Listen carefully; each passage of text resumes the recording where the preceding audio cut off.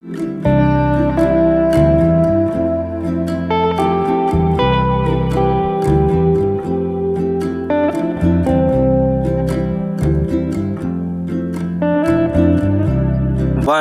To three start. मित्र, नागरिकों, बहनों, भाइयों और भारत के प्यारे बच्चों, गणतंत्र दिवस की पूर्व संध्या पर आप सबका हार्दिक अभिनंदन करते हुए और शुभकामनाएं देते हुए मुझे अत्यंत प्रसन्नता हो रही है। मैं आप लोगों के कल्याण, सफलता और सुख की कामना करता हूँ। मैं प्रार्थना करता हूँ कि भारत निरंतर सुदृढ़ होकर आगे बढ़े। वह एक प्रगतिशील, समृद्ध एवं शक्तिशाली राष्ट्र के रूप में अपनी पूरी क्षमता से ऊपर उठे तथा आने वाले वर्षों में सभ्यता के शिखर तक विश्व का नेतृत्व करे। सचमुच यह हमारे स्वतंत्रता संघर्ष के महान नेताओं का सपना था और परिकल्पना थी। भारत की स्वतंत्रता में उन्होंने जाति के लिए एक नई आशा देखी थी। मुझे नेताजी सुभाष चंद्र बोस, जिनकी हम इस वर्ष जन्म शताब्दी मना रहे हैं, के प्रेरक शब्द याद आ रहे हैं। आज़ाद हिंद रेडियो पर अपने प्रसारण में 19 फरवरी 1942 को नेताजी ने कहा था, हिंदुस्तान की मुक्ति से एशिया तथा विश्व मानव के उद्धार के बड़े लक्ष्य की ओर बढ़ेंगे। दोस्तों, भारत की स्वतंत्रता के लगभग 50 वर्ष हो रहे हैं। भारत, जिसका इतिहास हजारों वर्षों में फैला हुआ है, उसके नागरिकों को यह 50 वर्ष का समय शायद अधिक न लगे, फिर भी यह समय हमारे लिए विशेष है, क्योंकि इस अवधि में हमारे प्राचीन राष्ट्र ने स्वयं को पुनर्जीवित किया है, पुनर्निर्मित किया है, जीवन को लोकतांत्रिक पद्धति के सारतत्व की पुनर्खोज की है तथा उसे आत्मसात किया है। परिवर्तन की इस प्रक्रिया में हमें हमारे राष्ट्रीय जीवन में उन मूल्यों, सिद्धांतों और आदर्शों को पुनः स्थापित करना है जो मानवतावादी विचारों की विश्व विरासत के प्रति हमारा अपना योगदान रहा है। ये उदात्त चिंतन हमारे राष्ट्र को महान बनाते हैं। जब भी भारत अपने आदर्शों से हटा है, हमारे इतिहास में अंधकार का काल आया है। समानता, एकता, मित्रता एवं सहयोग का दृष्टिकोण, राष्ट्र के प्रति कर्तव्य एवं उत्तरदायित्व का बोध, सत्यनिष्ठा एवं निस्वार्थ चिंतन और सेवा की भावना, इन सभी नैतिक एवं चारित्रिक मूल्यों को हमारे राष्ट्रीय जीवन में घुल मिलकर पूरी तरह व्याप्त हो जाना चाहिए। हमारे संविधान राजनीतिक एवं प्रशासनिक कार्यों की व्यापक, संवेदनशील एवं अंतः संबंधित प्रणाली के सफलतापूर्वक संचालन के लिए दृढ़ प्रतिबद्धता अत्यावश्यक है।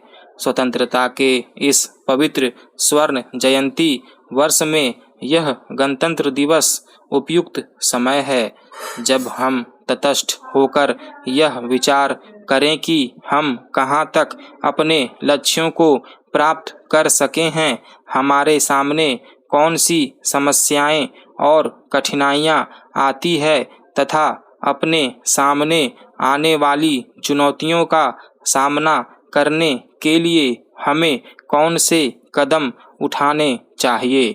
हम नागरिक स्वतंत्रता के बाद भारत की उपलब्धियों पर गर्व करें तो यह उपयुक्त ही होगा। यह बेहिचक कहा जा सकता है कि प्राथमिक, द्वितीय एवं तृतीय सभी क्षेत्रों में ठोस प्रगति एवं सकारात्मक उपलब्धियां प्राप्त हुई है। हमारे देश ने संघीय प्रणाली के अंतर्गत संसदीय शासन पद्धति से काम करने का लगभग 5 दशकों का अनुभव प्राप्त किया है। महोदय, पंचायती राज के माध्यम से हम लोकतांत्रिक विकेंद्रीकरण की ओर तेजी से बढ़ रहे हैं। यह एक अच्छा और कारगर कदम है। अब हम लोकतंत्र द्वारा प्रदत्त शक्ति एवं लाभ से अच्छी तरह परिचित हैं। हमारे देश एवं लोगों के सच्चे हितों के अनुकूल लोकतांत्रिक संस्थाओं एवं उसकी प्रक्रियाओं को बनाए रखने और उनके विकास के लिए जिन तथ्यों और मर्यादाओं को संभालने की आवश्यकता है, हमें उनके प्रति संवेदनशील होना चाहिए। आज हमारे पास गतिशील एवं विकास के लिए आधारभूत ढांचा है।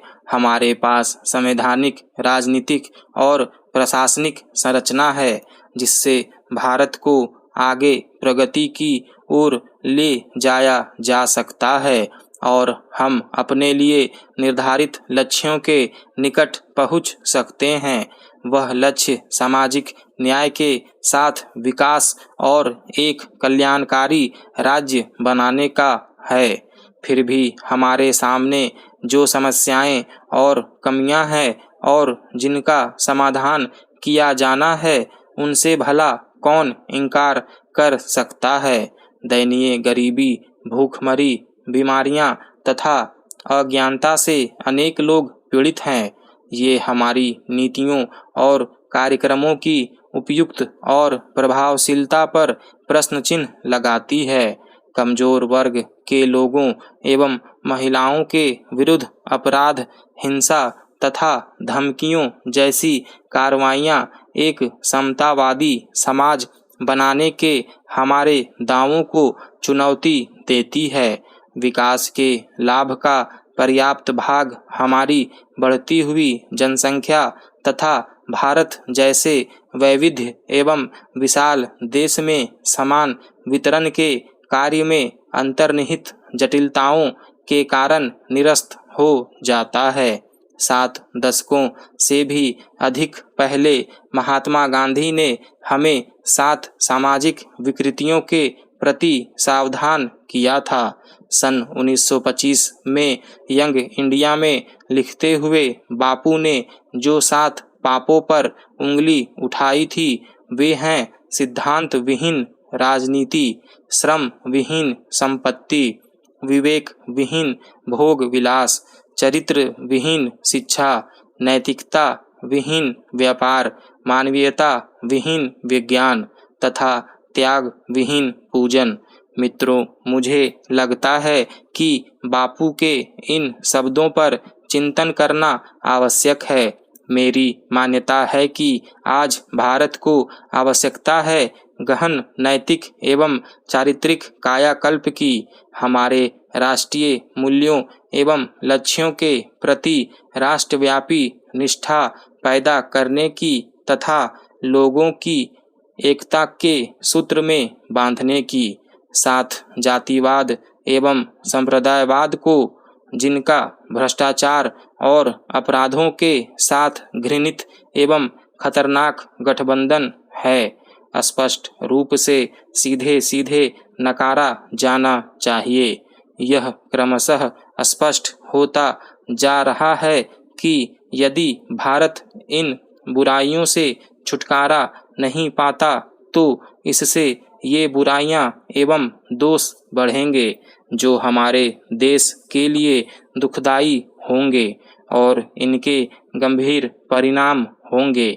मैं आशा करता हूँ कि देश बापू के शब्दों पर विचार करेगा। हमें स्पष्ट रूप से 2 महत्वपूर्ण तथ्यों को मस्तिष्क में रखना चाहिए। हमारा दृष्टिकोण मूल्यों पर आधारित तथा जनता पर केंद्रित होना चाहिए। हमारी लोकतांत्रिक सरकार एवं विकास की संस्थाएं संसद, न्यायपालिका, कार्यपालिका, लोक सेवाएं तथा प्रेस आदि उतनी ही प्रभावशाली होगी जितने कि इनके कार्य के जिम्मेदार लोग चाहेंगे। स्टॉप।